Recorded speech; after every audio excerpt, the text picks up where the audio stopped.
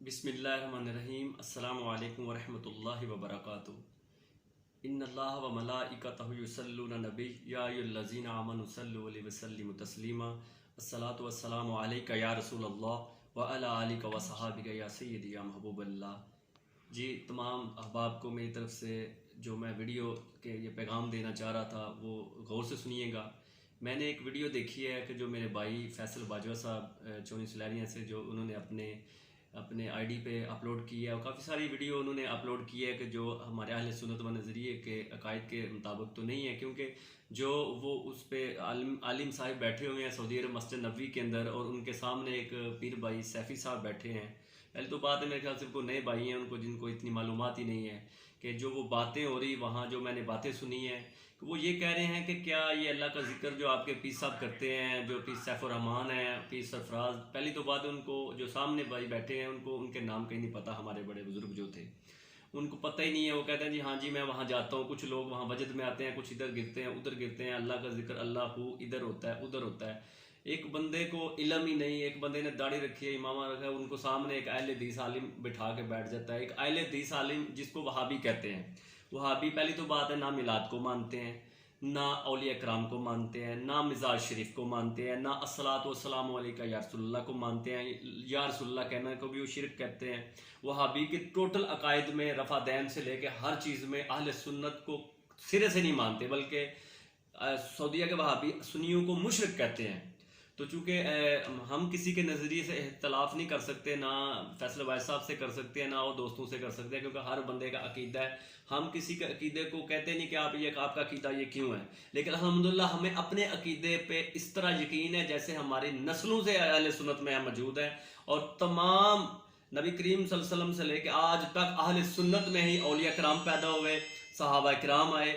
ہمیں کسی کو یہ دلیل دینے کی ضرورت نہیں ہے کہ اللہ کا ذکر کیسے کرنا چاہیے۔ اس اہل حدیث وہابی عالم کے سامنے اگر میں ہوتا، یا میں تو ایک بہت خاک ہوں، میں علماء کا قدموں کی خاک ہوں۔ ہمارے سلسلے کے اندر بڑے بڑے مشائخ، بڑے بڑے مفتی، جیسا کہ سب سے بڑے عالم دین شیخ المشائخ علامہ مفتی مولانا حمید جان صاحب، اخوندزادہ پیر سیف الرحمان مبارک صاحب کے صاحبزادے، آپ کے پیر سیف الرحمان مبارک صاحب کے جتنے بھی صاحبزادے ہیں سارے بڑے بڑے عالم مفتی ہیں اور بڑے بڑے جید، ان کے سامنے کوئی اس وقت کے زمانے کا عالم بیٹھ نہیں سکتا دوسرے عقیدے کا۔ اگر وہ سامنے ہوتے تو اس بندے کو بتاتے کہ اللہ کا ذکر کیسے کیا جاتا ہے۔ وہ ہمارے سیفی صاحب کو یہ پوچھ رہے ہیں کہ یہ اللہ کا ذکر کیا ہوتا ہے۔ جس بندے کو یہ نہیں پتا کہ اللہ کا ذکر دل صاف ہوتا ہے، دل میں جاتا ہے، دل میں نور مصطفیٰ، نور ایمان جاتا ہے کہ اللہ نور ہے اور وہ دل میں سماتا ہے، دل میں ذکر زندہ ہوتا ہے، دل میں اللہ اللہ ہوتی ہے۔ اور بات ہے کہ جب اللہ تعالیٰ نے اپنے اسلام کو، اپنی حقانیت کو بتانے کے لیے 1,24,000 انبیاء کرام بھیجے، ان کے ذریعے لوگوں کو اسلام ملا، اور آخر الزمان خاتم النبیین، تمام انبیاء کے سردار حضور پاک صلی اللہ علیہ وسلم، جن کی ہم امت ہے، لا الہ الا اللہ محمد رسول اللہ، جن کا ہم نے کلمہ پڑھا ہے لا الہ الا اللہ محمد رسول اللہ، اللہ تعالیٰ کہ حضور صلی اللہ علیہ وسلم کے ہے لکھا ہوا ہے، یہ تو نہیں لکھا کہ نہیں تھے۔ تو آج میلاد کے یہ دن چل رہے ہیں، اس دن میں یہ ویڈیو آ گئی تو مجھے بتانا ضروری ہو گیا، حالانکہ میں کوئی عالم نہیں ہوں، کوئی مفتی نہیں ہوں، میں کسی مدرسے کا فاضل ہوں، لیکن ایک کامل مکمل شیخ کا گناہ گار سا ایک مرید ہوں، ادنا سا ایک مرید ہوں۔ میرے پیر و مرشد علامہ مفتی ڈاکٹر محمد سرفراز محمدی سیفی صاحب، جو کہ اسلام آباد ترنول شریف میں آپ کا جامعہ سرفراز العلوم، پوری دنیا میں آپ کے جامعہ کی شاخیں ہیں، اور پوری دنیا کے اندر آپ کے مرید ہیں جو کہ باعمل ہیں اور سنت کے مطابق ہے۔ جب ایک بندہ ایک کامل ایک رہبر کے پاس، ایک رہنما کے پاس جاتا ہے اور وہ اس کی اصلاح کرتا ہے، وہ سنت کے مطابق انسان بن جاتا ہے، ان کی نگاہ سے دل کے اندر نور جاتا ہے، ذکر خدا ہوتا ہے۔ جب ایک بندے نے ریسرچ ہی نہیں کرنی، پتہ ہی نہیں کرنا، وہ اہل حدیث کے سامنے بیٹھ جاتا ہے جو سرے سے اس چیز کو مانتے نہیں، اس ذکر کو نہیں مانتا۔ اللہ کا ذکر ہے کہ اے ایمان والو، میرا ذکر جو ہے دل میں کرو، دل کو زندہ کرو۔ اللہ تعالیٰ کہتا ہے مجھے اپنے دل میں پکارو۔ قرآن شریف میں بار بار دل کے حوالے سے یہ بات آئی ہے کہ، اور جب اللہ تعالیٰ نے ہر چیز کو صاف کرنے کے لیے کوئی نہ کوئی چیز بنائی، دل کو صاف کرنے کے لیے اللہ کا ذکر ہے، کپڑوں کو صاف کرنے کے لیے پانی ہے، اور ہر چیز کی صفائی ہے، بندے کی صفائی ہے، گھر کی صفائی ہے، اور اللہ کے ذکر کے لیے دل کی صفائی، دل گندے کی صفائی اللہ کا ذکر ہے۔ اللہ کا ذکر بغیر کسی طریقے سے تو نہیں ہوگا نا. جیسا ایسے قرآن شریف پڑھنا ہے تو کسی عالم کے پاس جائیں, اگر دل کا ذکر کرنا ہے کسی اللہ والے کے پاس جانا پڑتا ہے, وہ بندے کو سکھاتا ہے یار ذکر ایسے کرنا ہے. اب ایک بندے کو یہ نہیں اس کو بتانا آ رہا کہ یار یہ ذکر کیا ہے, ذکر اندر کیسے ہوتا ہے. یہ بندے کے سینے میں 5 لطائف ہیں نقش بندی سلسلے کے, جو کہ حضور کریم صلی اللہ علیہ وسلم سے صحیح کے اکبر رضی اللہ تعالیٰ سے جو ثانی سے اولیاء کرام کے سینہ بسینہ یہ نور چلتا آ رہا ہے. اور یہ جو وجد کی بات ہو رہی ہے کہ بندے کو کرنٹ لگتی ہے, کرنٹ پیر جو وہ عجیب و غریب حجت کر رہا ہے, ایک مذاق ایک تماشے کی بات کر رہا ہے وہ, کہ سعودی عرب میں جتنے بھی یہ اس نے یہ وہ جو ایک مرغی کا جو اوپر کلگی ہوتی ہے اس کا جیسے وہ دوپٹہ اس نے اوپر لگایا ہوا ہے, یہ کہ رسول اللہ صلی اللہ علیہ وسلم نے پہنا تھا. آپ صلی اللہ علیہ وسلم نے ساری زندگی تو امامہ شریف پہنا تھا. یہ بدعت نہیں ہے جو اس نے سر کے اوپر یہ رکھا ہوا ہے. پہلی بات اس کے شکل سے پتہ چل رہا ہے کہ وہ ایک منافق آدمی ہے, وہ ایک عالم ہے ہی نہیں جو کہ ایک اللہ کے ذکر سے منع کر رہا ہے کہ بندے کو. آپ لوگ اپنے پیر صاحب کے پاس جاتے ہو تو ذکر کیسے کرتے ہو, آپ ایسے ایسے کیوں ہوتے ہو. او بندے خدا کے بندے, جب تم خانہ کعبہ کے ساتھ طواف کرتے ہو تو لوگوں کے وہاں چیخیں نہیں کبھی تم نے سنی, کبھی وہاں پہ لوگ روتے کرلاتے نہیں سنے خانہ کعبہ کے سامنے. جب خانہ کعبہ کو ایک پتھر کو دیکھتے ہیں تو لوگ رونا شروع ہو جاتے ہیں. ان کو کیا ہوتا ہے اس ٹائم؟ جب آپ حجر اسود کے پاس جاتے ہیں تو بندے نیچے آتے ہیں, مرتے ہیں کہ ہم اس کا بوسہ لے لیں. کیا کہاں لکھا ہوا ہے قرآن میں بوسہ لینا حجر اسود کا؟ مقام ابراہیم پہ جب 2 نفل ادا کیے جاتے ہیں, کہاں لکھا ہے قرآن کے اندر نفل ادا کرنا؟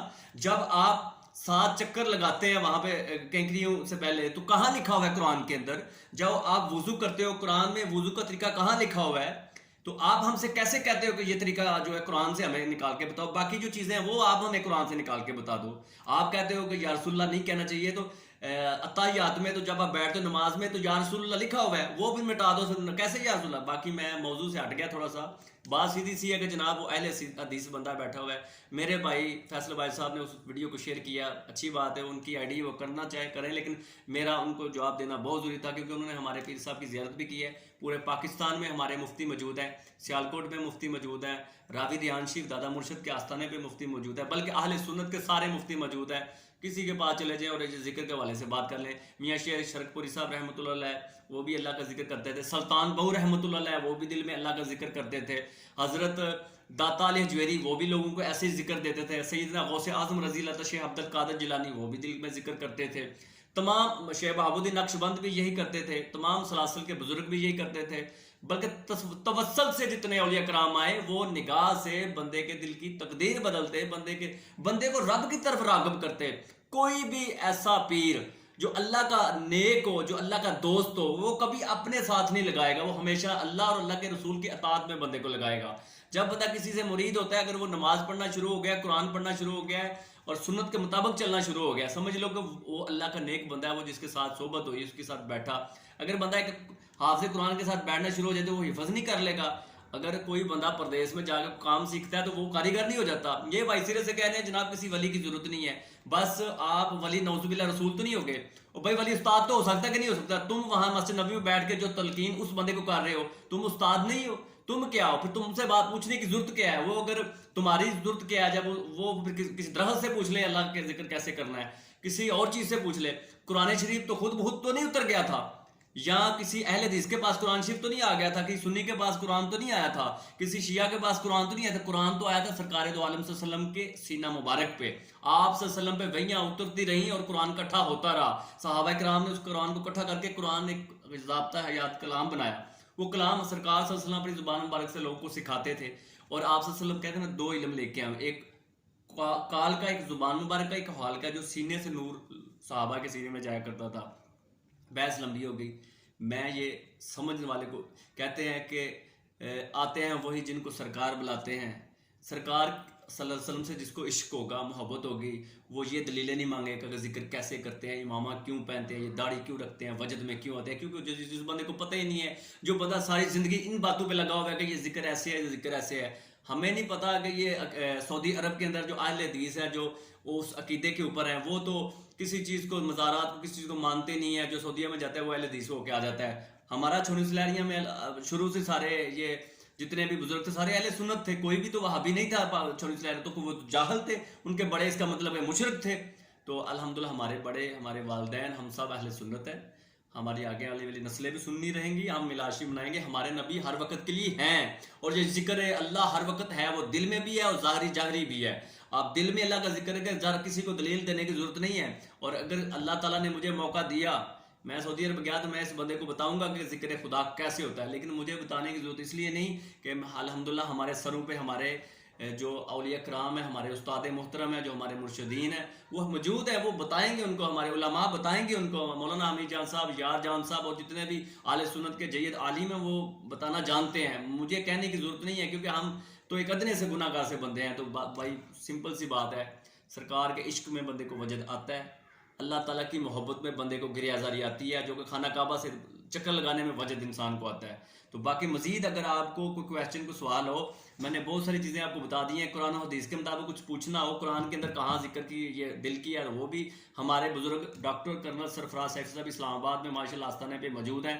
جمعے والے دن، اتوار والے دن آپ کی محفل ہوا کرتی ہے، آپ وہاں تشریف لے آئیں، آپ کی تسکین دل کی ہو جائے گی. اور وہ جو سعودیہ میں اکثر یہ نہیں سیفیوں کو، وہ جو وہابی نجدی سامنے وہ بیٹھا ہے نا مسجد نبوی میں، جتنے بھی یہاں سے سنی جاتے ہیں ان کو یہ بڑبڑ کرتا ہے کہ یہ کیا کرتے ہیں آپ، یہ کیا کرتے ہیں، یہ دم کیوں کرتے ہیں، یہ تویز کیوں پہنا ہوا ہے. تمہارے باپ کا دین نہیں ہے، دین رسول اللہ صلی اللہ علیہ وسلم کا ہے. رسول اللہ صلی اللہ علیہ وسلم کے سامنے لوگوں کے حالتیں بھی بدلتی تھی، لوگ حضور پہ درود بھی پڑھتے ہیں، درود پڑھتے رہیں گے، میلاد بھی ہوتے رہیں گے.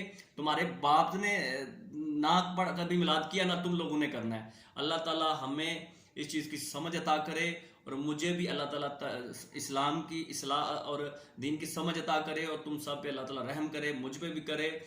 اللہ تعالیٰ ہر ایک کو نبی کریم صلی اللہ علیہ وسلم سے محبت کرنے والا بنا دے. اللہ تعالیٰ ہمیں سچی اور سچی توبہ کرنے والا بنا دے. اللہ تعالیٰ آپ سب کا حامی و ناصر ہو. السلام علیکم ورحمۃ اللہ وبرکاتہ. تاجدار ختم نبوت زندہ باد، زندہ باد. لبیک لبیک یا رسول اللہ صلی اللہ علیہ وسلم.